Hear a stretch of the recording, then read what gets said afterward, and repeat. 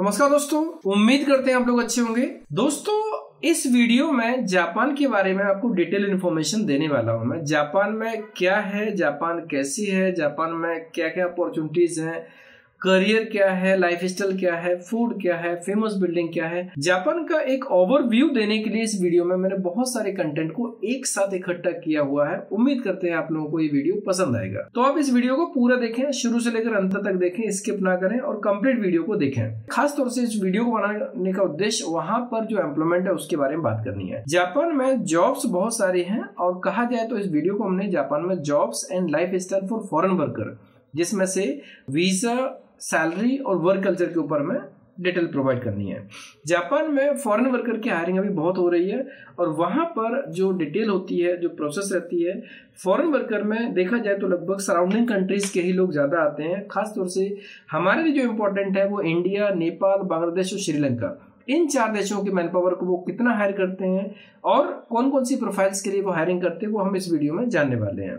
दोस्तों, जापान एक ऐसी कंट्री है जिसके बारे में हर व्यक्ति जानता है। टेक्नोलॉजी के मामले में देखें तो जापान एक प्रकार से लगभग सबसे ही आगे है। साउथ कोरिया, जापान, सिंगापुर, ये सब बहुत डेवलप कंट्रीज हैं। पहले जापान का पासपोर्ट नंबर 1 हुआ करता था, अभी सिंगापुर का नंबर 1 है। टेक्नोलॉजी के मामले में डेफिनेटली जापान सबसे आगे है। एम्प्लॉयमेंट की रिक्वायरमेंट क्यों होती है? क्योंकि वहां पर टेक्नोलॉजी बहुत होती है। और बेसिक रीजन देखेंगे तो बेसिक रीजन ये होता है कि वहां पर यंग लोग कम है और जो है ऑब्वियसली वो हाईटेक प्रोफाइल पे होते हैं। तो जो वर्कर कैटेगरी की रिक्वायरमेंट होती है, चाहे वो सेमी स्किल्ड हो या फिर अनस्किल्ड प्रोफाइल हो, इन सभी प्रोफाइल्स में मैक्सिमम फॉरेन वर्कर ही आते हैं। सो यहाँ पर जो रिक्वायरमेंट रहती है, रिक्वायरमेंट कई टाइप की होती है, मैं एक एक करके आपको बताऊंगा। पहले हम कल्चर की बात करते हैं, कल्चर और सिटी की बात करते हैं। तो यहाँ पर सिटी जो है, टोक्यो बहुत अच्छी सिटी है, कैपिटल है, ओसाका है, क्योटो है, होक्काइडो है। ये 4 मेजर सिटीज हैं, जिसमें से जो एक प्रकार से देखा जाए तो कल्चरल कैपिटल बोलते हैं क्योटो को। और यहाँ पर ये चारों जो सिटीज हैं बहुत अच्छी हैं, डेवलप हैं।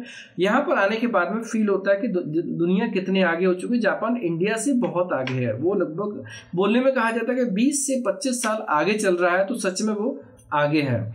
यहाँ का फूड है, फूड में ट्रेडिशनल डिशेज होती हैं, सुशी, रेमन, टेम्पुरा, बेंटो।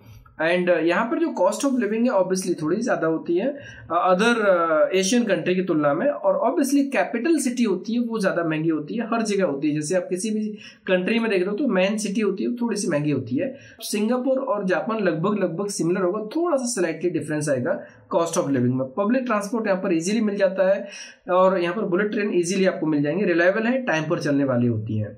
यहाँ पर जापान फॉरेन वर्कर के लिए ग्रेट क्यों होता है, उसके 3 बड़े बड़े पॉइंट्स होते हैं। सबसे पहला पॉइंट होता है सेफ एंड क्लीन एनवायरनमेंट। यहाँ पर जो एनवायरनमेंट है बहुत ही सेफ है, क्लीन है। हाई जॉब स्टेबिलिटी है, करियर ग्रोथ है। हाई जॉब स्टेबिलिटी मतलब ऐसा है कि यहाँ पर आप एक बार जापान पहुंच गए तो आपको लॉन्ग टाइम का प्लान करने को मिल जाएगा। और स्टेबिलिटी इसलिए कहा गया क्योंकि 3 साल 5 साल का वीजा देंगे और जब कोई बंदा इनफ सैलरी मिलती है, ग्रोथ बराबर मिलती है, तो फिर कोई जॉब क्यों छोड़ेगा। इसलिए यहाँ पर हाई जॉब स्टेबिलिटी होती है, मतलब कि 1 ईयर 2 ईयर में जॉब छोड़ने वाले लोग बहुत कम होते हैं। तीनों पॉइंट काफी इंपॉर्टेंट है। इसलिए जापान एक ग्रेट प्लेस है फॉरेन वर्कर्स के लिए। वर्क कल्चर जापान में कैसा रहता है? वर्क कल्चर देखा जाए तो बहुत ही एथिकल होते हैं और वहां पर वो 3 पॉइंट पर बहुत ध्यान देते हैं।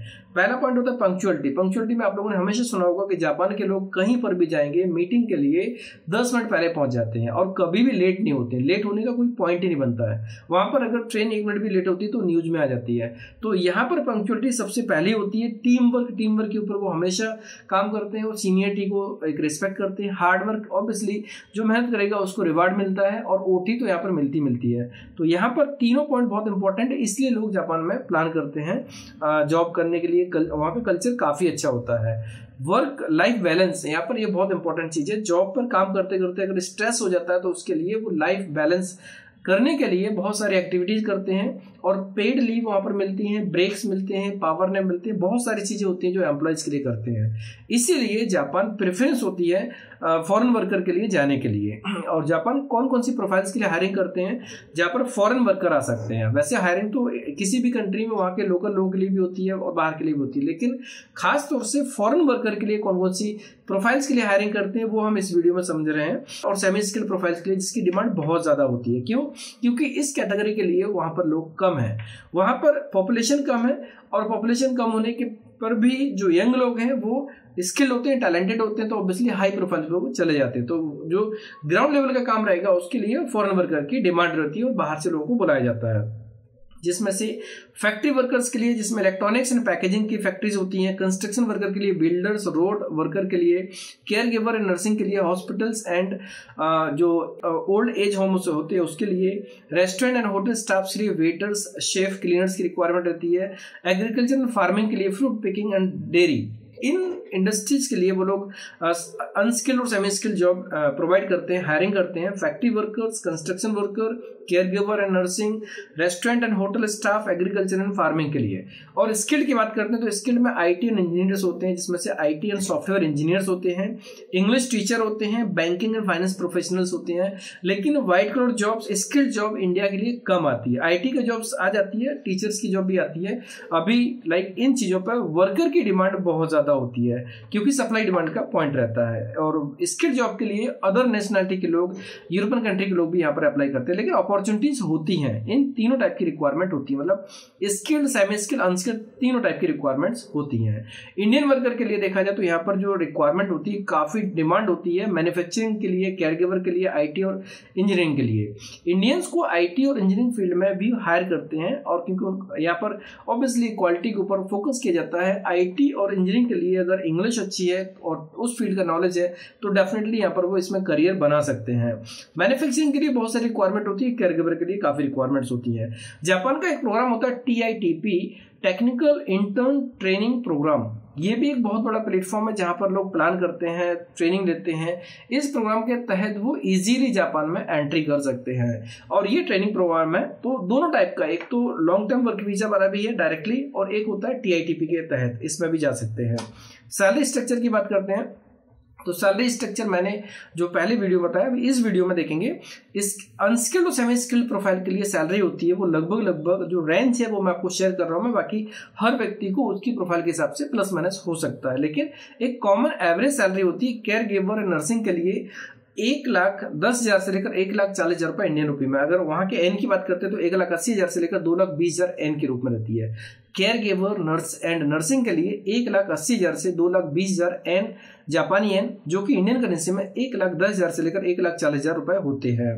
फैक्ट्री वर्कर की बात करते हैं तो एन में 1,50,000 से लेकर 2 लाख एन तक के बीच में सैलरी होती है, जो कि इंडियन करेंसी में 95,000 रुपीज से लेकर 1.3 लाख रुपी पर मंथ के हिसाब से रहती है। कंस्ट्रक्शन वर्कर की बात करते हैं तो 1,80,000 एन से लेकर 2,50,000 एन के बीच में सैलरी होती है, जो कि इंडियन करेंसी में 1.1 लाख से लेकर 1.6 लाख के बीच में होती है।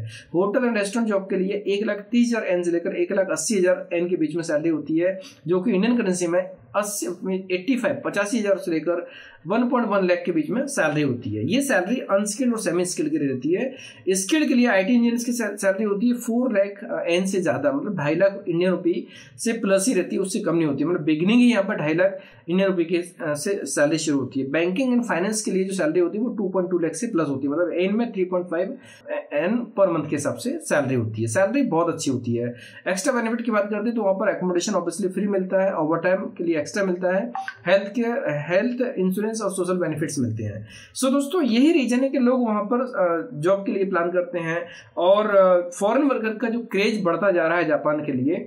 अभी इस टाइम पर जो रिक्वायरमेंट रहती है इंडियंस के लिए, खासतौर से इंडिया के लिए जापान कौन कौन सी प्रोफाइल में हायर करते हैं, तो यहाँ पर देखा जाए तो फॉरेन वर्कर में TITP पे बहुत सारे प्रोग्राम्स होते हैं, और SSW के लिए, स्पेसिफाइड स्किल्ड वर्कर वीजा के लिए भी काफी रिक्वायरमेंट होती है। डायरेक्ट ऑब्वियसली बहुत सारी चीजें और भी कई स्टेप्स होते हैं, लेकिन TITP और SSW काफी इंपॉर्टेंट होता है।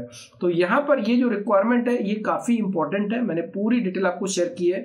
उसके बाद बात करते हैं वीजा प्रोसेस के लिए, सक्सेस रेशियो के लिए। तो वीजा प्रोसेसिंग जो टाइम रहता है वो 3 मंथ्स to 6 मंथ के बीच में प्रोसेस होता है, और अप्रूव रेट की बात करें तो यहाँ पर लगभग 100% होता है। अगर आपके पेपर सब बराबर है, डॉक्यूमेंट्स बराबर है, तो यहाँ पर पेपर मींस रिजल्ट 100% होता है। यहाँ पर बैंक स्टेटमेंट या फिर एम्बेसी सबमिशंस और बाकी चीजों की रिक्वायरमेंट नहीं होती है। PCC सिर्फ आपके ऊपर कोई रिकॉर्ड नहीं है, इसकी वजह से PCC की रिक्वायरमेंट होती है, जो कि आप पुलिस थाने से, SP ऑफिस से या पासपोर्ट ऑफिस से कहीं से भी बनवा सकते हैं। यहाँ पर बेसिक रिक्वायरमेंट क्या होती है, वैलिड पासपोर्ट जिसमें 2 साल की वैलिडिटी, इसमें 3 इयर्स का वीजा होता है, 3.5 ईयर की वैलिडिटी होना चाहिए।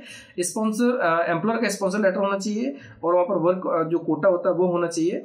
ये इंपॉर्टेंट चीजें होती है।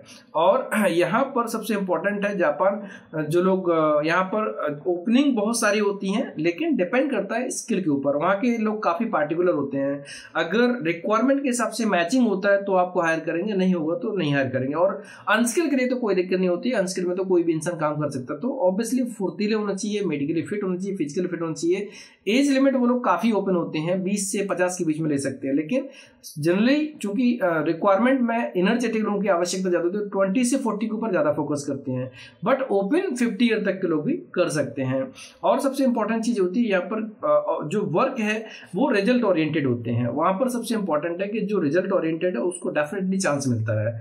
मेडिकली फिट हो, जैसे अगर कहा जाए एज की बारे में बात, कोई भी कैंडिडेट इसमें प्रोसेस कर सकता है, लेकिन ऑब्वियसली एनर्जेटिक, रिजल्ट ओरिएंटेड और वो परफॉर्मेंस अच्छा दे पाए, कोई भी कैंडिडेट इसमें प्लान कर सकता है। और प्रोफाइल टू प्रोफाइल डिपेंड करता है। अगर वर्कर लेवल के प्रोफाइल है तो कोई रिक्वायरमेंट नहीं है क्वालिटी की, लेकिन अगर यही चीज कोई बंदा किसी स्किल प्रोफाइल में जा रहा है तो उसके लिए ऑब्वियसली इंटरव्यूज होते हैं और इंटरव्यू बेस पर सिलेक्शंस होते हैं। सो दोस्तों, जापान के बारे में हमने पूरी information detail by detail provide की है। कल्चर काफी अच्छा है, जॉब अपॉर्चुनिटीज काफी है, और यहाँ पर रिस्क फैक्टर बहुत कम है अप्लाई करने में, क्योंकि यहाँ पर अगर आपको अप्रूवल मिलता है ना वीजा का, जो वहां पर एक कोटा अप्रूवल लेना पड़ता है, अगर वो अप्रूवल मिलता है तो वीजा ऑलमोस्ट 100% होता है, क्योंकि यहाँ पर रिफ्यूजल रेशियो ना के बराबर होता है। अगर आपके डॉक्यूमेंट्स बराबर हैं, सब कुछ सिस्टमेटिक है और एम्प्लॉय ने आपको स्पॉन्सरशिप लेटर दिया है, तो ये मान लीजिए कि आपको डेफिनेटली वीजा मिलने के चांसेस हैं। इसलिए कहा गया कि यहाँ का रिजल्ट सिंगापुर जैसा है, सिंगापुर में वीजा मिलते ही मिलता है, अगर एम्प्लॉय ने ओके किया तो वीजा मिलता है, वैसे ही जापान में भी अगर एम्प्लॉय ने ओके किया तो आपको वीजा